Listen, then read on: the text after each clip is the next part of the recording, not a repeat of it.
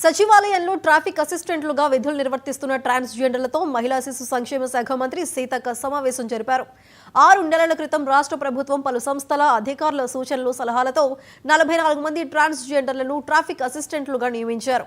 వారిలో 38 మంది అంకిత భావంతో నిబద్ధతతో 6 నెలలుగా ట్రాఫిక్ విధులు నిర్వర్తిస్తున్నారు.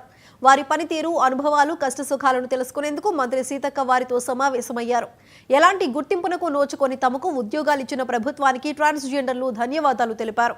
తమను హక్కును చేర్చుకున్న మంత్రి సీతక్క కమిషనర్ను సన్మానించారు.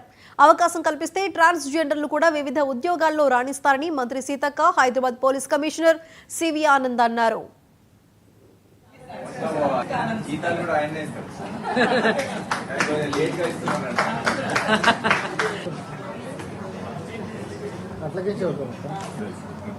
మరి ఇలా పోలీస్ డిపార్ట్మెంట్ తో కోఆర్డినేషన్ చేసి యూనిఫామ్ ఇచ్చి గౌరవంగా సమాజంలో నిలబెట్టే విధంగా స్టెప్ తీసుకోవడం జరిగింది. మేము ఈ మధ్య కాలంలో చింతన్ శిబిర్ అని ఉదయపూర్ లో జరిగినప్పుడు వెళ్తే వాళ్ళు మొత్తం దేశంలో బెస్ట్ ఎగ్జాంపుల్, బెస్ట్ వర్క్ ఏం జరుగుతుంది తెలంగాణలో అన్నప్పుడు ట్రాన్స్జెండర్స్ కు ఇలా మరి హోమ్ గార్డ్స్ గా ట్రాఫిక్ దగ్గర ట్రాఫిక్ పోలీస్ గా నియమించి వాళ్ళకు ఒక బెస్ట్ లైఫ్ ఇచ్చారు అనేది కూడా అక్కడ మమ్మల్ని వాళ్ళు గుర్తు చేసుకోవడం జరిగింది. ఇలాంటి ఎగ్జాంపుల్ కూడా అంటే ఇలాంటి స్కీమ్స్ ఇంకా వేరే వేరే చోట కూడా పెట్టాలని అక్కడ నేషనల్ లెవెల్ కూడా సెంట్రల్ గవర్నమెంట్ వాళ్ళు ఈ యొక్క ఉదాహరణగా కూడా వారు తీసుకోవడం జరిగింది.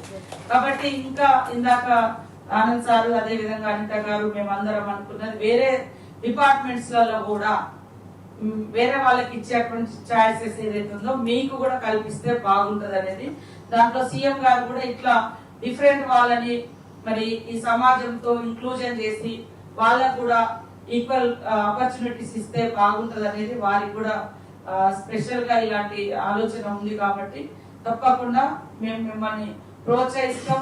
మీరు కూడా మన కమ్యూనిటీ ఏదైతే ఉందో ట్రాన్స్జెండర్స్ కమ్యూనిటీ వాళ్ళందరికీ అప్పుడప్పుడు ఆత్మీయ మీటింగ్స్ పెట్టుకొని మనల్ని చులకన చేసే భావం నుంచి వీఆర్ ద బెస్ట్ అనేటట్టు